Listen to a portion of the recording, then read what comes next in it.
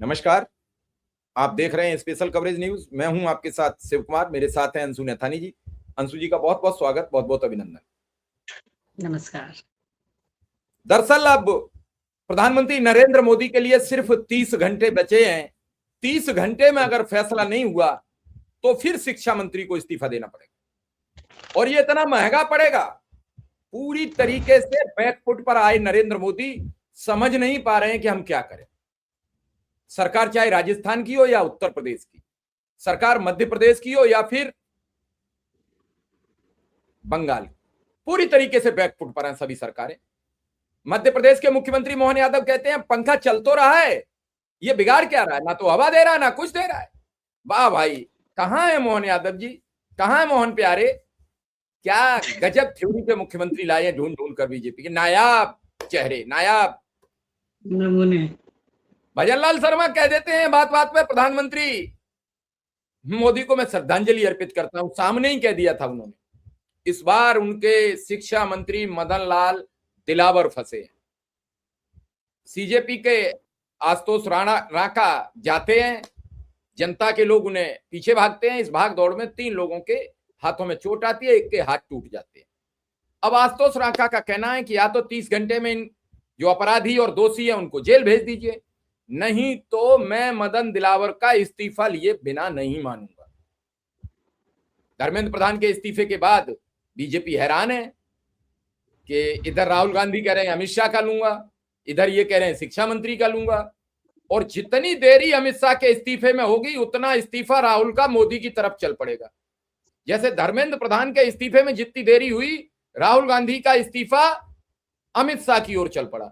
अब अमित शाह की इस्तीफे में जितनी देरी होगी मोदी की तरफ चल पड़ेगा। ये सने सने चलेगा, और जो राहुल गांधी की भीड़ उमड़ रही है वो साबित कर रही है कि राहुल गांधी अब इस देश के लिए एक नई जागृति उत्पन्न कर रहे हैं। कल उन्होंने जो बात की महिलाओं को लेकर, बात की बेटियों को लेकर, उससे आधी आबादी में एक संदेश चला गया। जो वर्षों से मोदी गुमराह कर रहे थे 2500 रुपया पर, 1500 रुपया पर, 2000 रुपया पर, वो कल नैरेटिव ध्वस्त हो गया। अंशु जी, ये एक खबर है राजस्थान से। सीजेपी ने शुक्रवार को राजस्थान सरकार को 48 घंटे का अल्टीमेटम दिया था। शुक्रवार, यानी 18 घंटा बीत चुके हैं। साथ ही अपने वॉलंटियर्स पर हुए हमले में शामिल लोगों की गिरफ्तारी करने की मांग की जो हमले में शामिल है, नहीं तो पूरे राज्य में आंदोलन की चेतावनी। शिक्षा मंत्री मदन दिलावर के इस्तीफे की मांग। कांग्रेस जनता पार्टी ने शुक्रवार को राजस्थान सरकार को 48 घंटे का अल्टीमेटम दिया है। पार्टी ने एक स्कूल में निरीक्षण के दौरान अपने वॉलंटियर्स पर हुए हमले में शामिल लोगों को गिरफ्तार करने की मांग की है। यह घटना जयपुर जिले के रामपुर कमरपुरा गांव में हुई, जहां सीजेपी की एक टीम ने अपने स्कूल ठीक करो अभियान के तहत एक प्राइमरी स्कूल का निरीक्षण किया। सीजेपी के सह संयोजक आशुतोष राणा ने आरोप लगाया है कि टीम पर बीजेपी से जुड़े लोगों ने हमला बोल दिया, पुलिस पर कार्रवाई न करने का आरोप लगाया। अब अगर अगले 30 घंटे में बीजेपी ने कोई बड़ा निर्णय नहीं लिया तो राजस्थान के शिक्षा मंत्री मदन दिलावर की तो कुर्सी गई। इस पूरी खबर पर आपकी पहली प्रतिक्रिया क्या है? देखिए, बीजेपी चारों तरफ से घिर चुकी है, और जब इनको कुछ समझ नहीं आता तो इसी तरह से ये अटैक करते हैं। इनको लगता है कि अटैक ही सबसे इनके लिए अच्छा डिफेंस है, ये नहीं कि वही सबसे अच्छा बचाव है।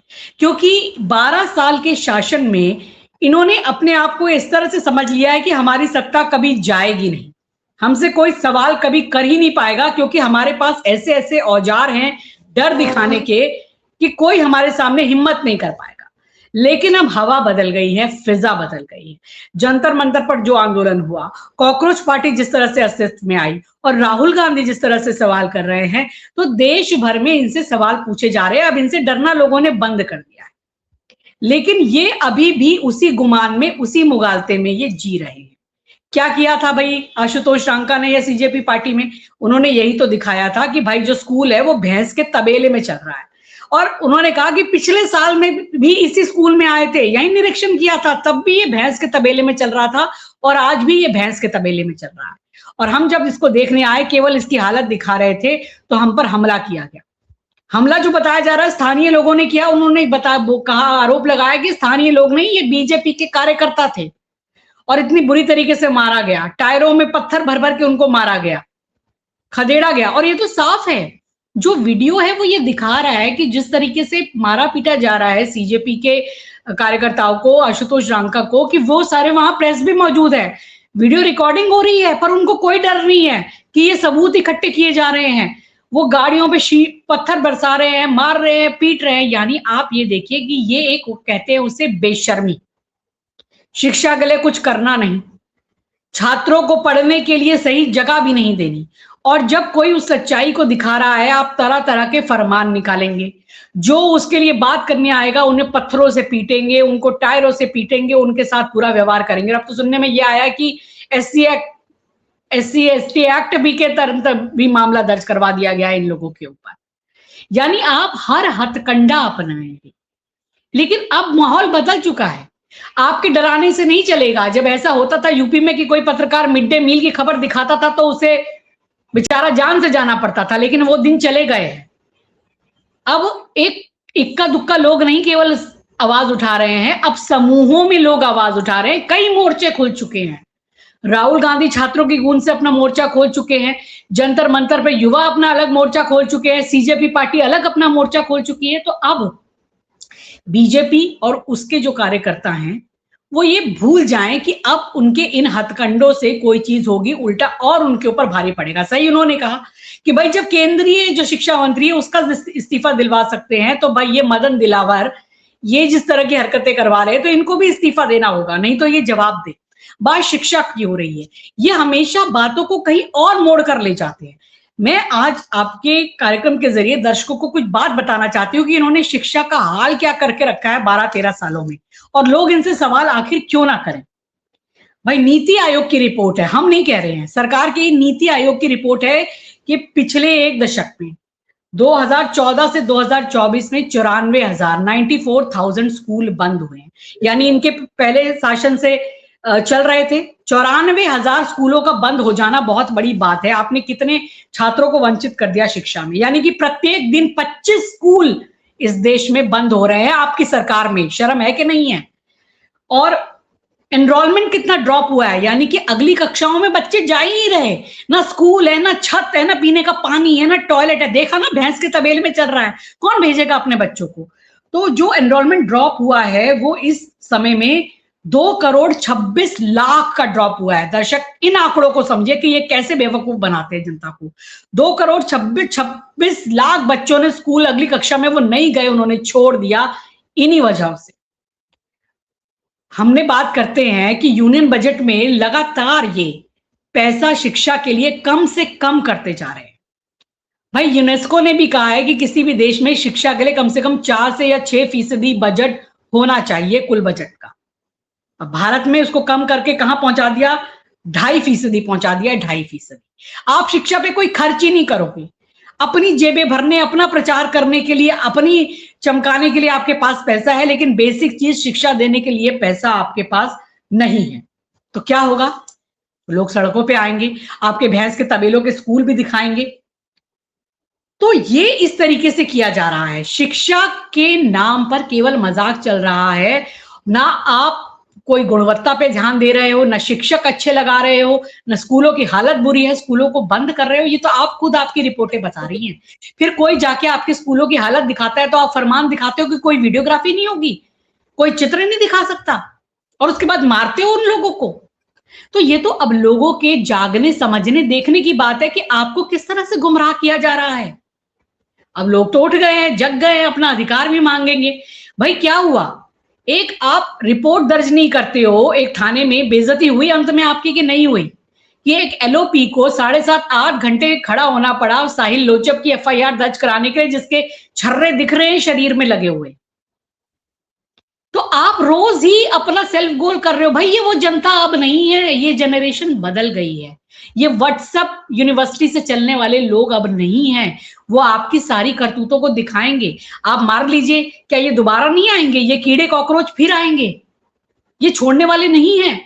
आशुतोष रांका अगर इस मैदान में कूदे हैं या सीजेपी ये पार्टी कूदी है तो उनको पता है कि हम किसी मुहिम के तहत कूदे हैं और हमें लड़ाई करनी पड़ेगी, इसमें हमको मार भी खानी पड़ेगी, पिटना भी पड़ेगा, क्योंकि हमारा सामना किन्हीं शरीफ लोगों से नहीं है, गुंडा तत्वों से है, असामाजिक तत्वों से है। और हमेशा ही ऐसा किया गया, जिसने सच्चाई दिखाने की कोशिश की है उसका गला घोटा हुआ गया है। एक पत्रकार ऐसा था जिसने ठेकेदार का वहां पर दिखाना चाहा था कि उसकी किस तरह से सरकार से सांठ गांठ है, उसके मार के शव सेप्टिक टैंक में मिला था, सेप्टिक टैंक में, और किसी को पता नहीं चला था उसकी लाश का।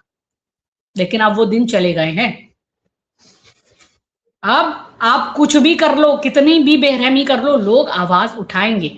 तो अगर अब बात बढ़ेगी, मदन दिलावर के इस्तीफे तक जाएगी, शिक्षा मंत्री आप शिक्षा ठीक करो ना भाई। जो लोग दिखा रहे हैं आप उनको मार के क्या हासिल कर लोगे, क्या हासिल कर लोगे? आपने भैंस के तबेले में स्कूल चल रहा है, पहले उसको आप ठीक करा लो।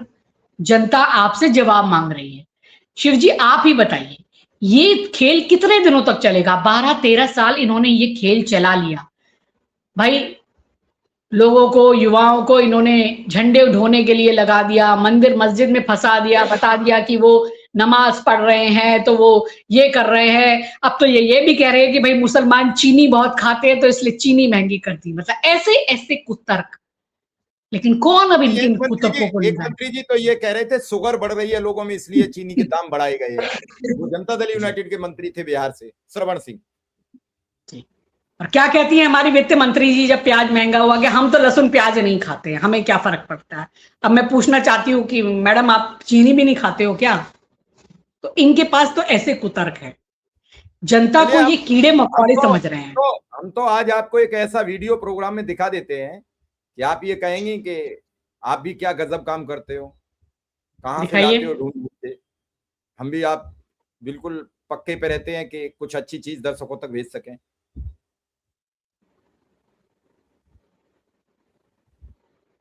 संदेश है 6 तारीख को कमल का बटन दबाओ और 13 रुपए किलो में शक्कर खाओ।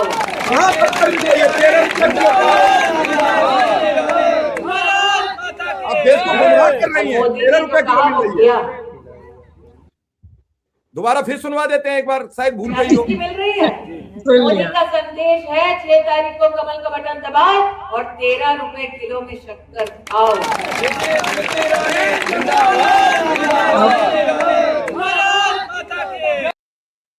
अब मैडम से ये पूछना चाहिए कि इन्हीं के राज में, मतलब अगर उस समय 30 रुपए किलो चीनी थी या 35 रुपए किलो, 13 रुपए की इन्होंने कहा था दिलवाएंगे कलम भाई कमल का बटन, तो लोगों ने बिल्कुल दबा दिया अच्छी तरीके से। उसके बाद क्या हुआ, 70, 72, 75 कर दी और चीनी मिल भी नहीं रही है। अब वही था ना कि यही 6 गुना, 6 गुना यही मैडम थी कि जब सिलेंडर के दाम 15 रुपए, 20 रुपए, 25 रुपए बढ़ जाते थे तो सिलेंडर बांध करके आ जाती थी मैदान में। और अब सिलेंडर के दाम कहां पहुंच गए हैं, सिलेंडर लोगों को मिल नहीं रहा है, लोग त्राही त्राही माम हैं। अब इनके सिलेंडर बांध के इनके प्रदर्शन नहीं हो रहे हैं। तो ये झूठी सरकार है, बिल्कुल नैरेटिव गलत चीजों को फैलाते हैं। इन्होंने लोगों को गरीब बना दिया। इन्होंने कहा काला धन आएगा, लोगों के 15-15 लाख आएंगे, बाद में बोल दिया जुमला है। उन्होंने कहा हम भैया एकदम इसको 3rd सबसे बड़ी विश्व की इकोनॉमी बना देंगे। भाई 6ठे नंबर पे भी संघर्ष कर रहे हैं। हम बुलेट ट्रेन चला देंगे। पता नहीं कहां चली गई बुलेट ट्रेन। मुझे लगता है कि वो बुलेट ट्रेन चलते चलते पता नहीं चाइना, जापान, अमेरिका कहां पहुंच गई, लेकिन भारत में तो नहीं आई अभी तक। 2016 में ही लाने वाले थे ये इसी तरीके से ये नैरेटिव फैलाकर इन्होंने अब ये कहा कि अभी कुछ नहीं हो सकता, 2047 का इंतजार करना पड़ेगा। मोदी जी 90 वर्ष के 97 वर्ष की अवस्था में भी आकर लोगों का कल्याण करेंगे, क्योंकि लोक कल्याण मार्ग है भाई उनका, और वो तीर्थ है जहां पर वो रहते हैं, और वो तो भगवान है। प्रेस क्लब में उनकी पूजा आरती उतार के भी दिखा दिया गया। गालियां लिखते रहेंगे 97 तक, 2097 तक वो गालियां लिखते रहेंगे। अभी तो कई हजार हुई हैं, लाख हो गई होंगी, गालियां लिखते रहेंगे। तो ये जनता समझ रही है।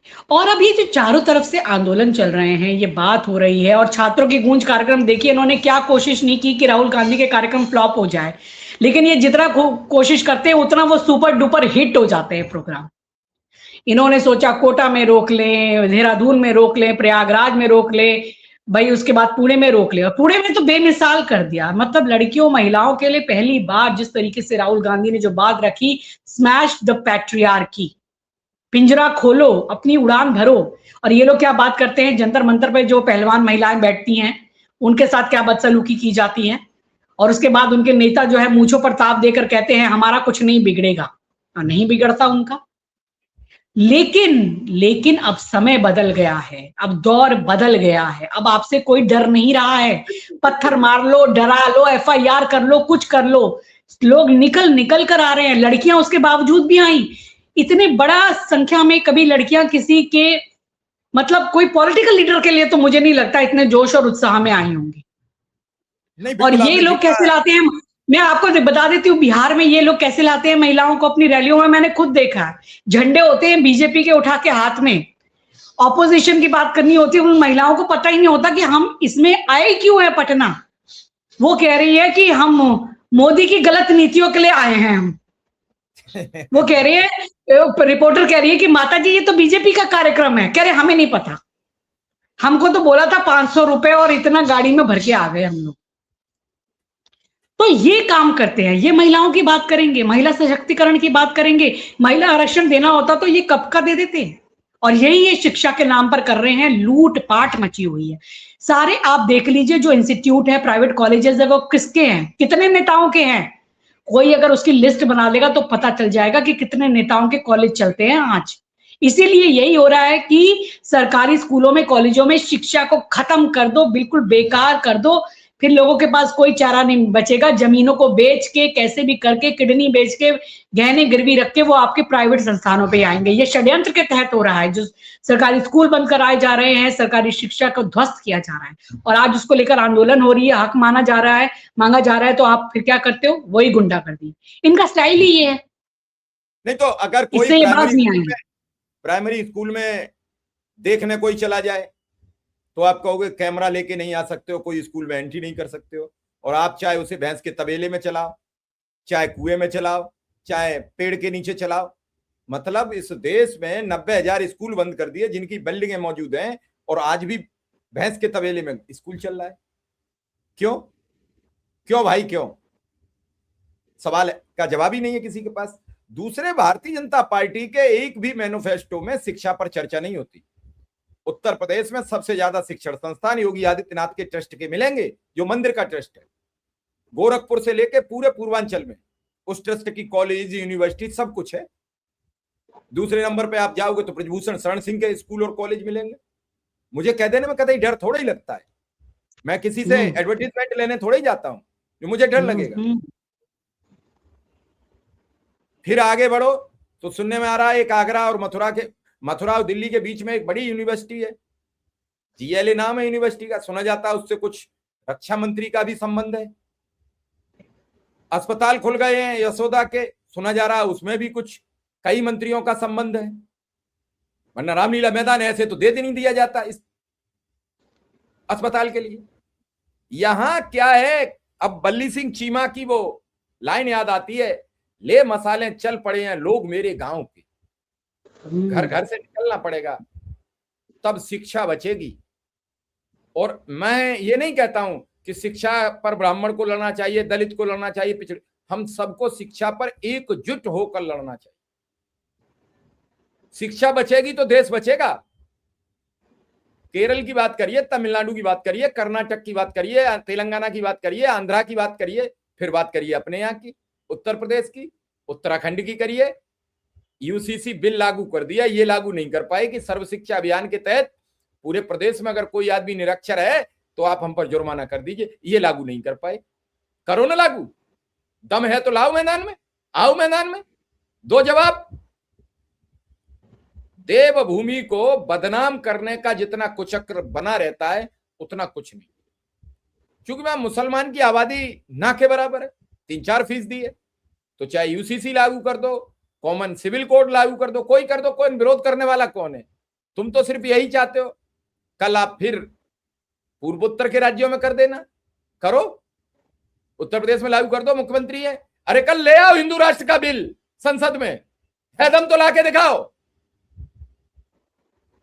विपक्ष के सांसद भी ताली बजाकर समर्थन करेंगे, लेके आओ, जब तुम वंदे मातरम के बिल पर गृह मंत्री और प्रधानमंत्री सदन में नहीं आ पाए, बड़े राष्ट्रवादी हो, इस देश की जनता सवाल नहीं करती। आरएसएस ने एक एक व्यक्ति को समझा दिया। यादव से कहा तुम्हारा हिस्सा तो सैफई परिवार खा गया, दलितों से कहा तुम्हारा हिस्सा मायावती खा गई,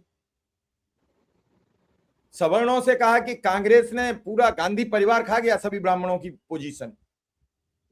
हर जाति को एक दूसरी जाति से भिड़ा के तैयार कर दिया। जिन परिवारों का राजनीतिक वर्चस्व था उनका वर्चस्व खत्म करने की इस आरएसएस की नई भूमिका ने पूरे सिस्टम को कोलैप्स कर दिया, विकलांग कर दिया, दृष्टिहीन कर दिया। सही बात बताएं, 4 दोस्त आ रहे थे, एक कहानी छोटी सी सुना देता हूं चलते चलते।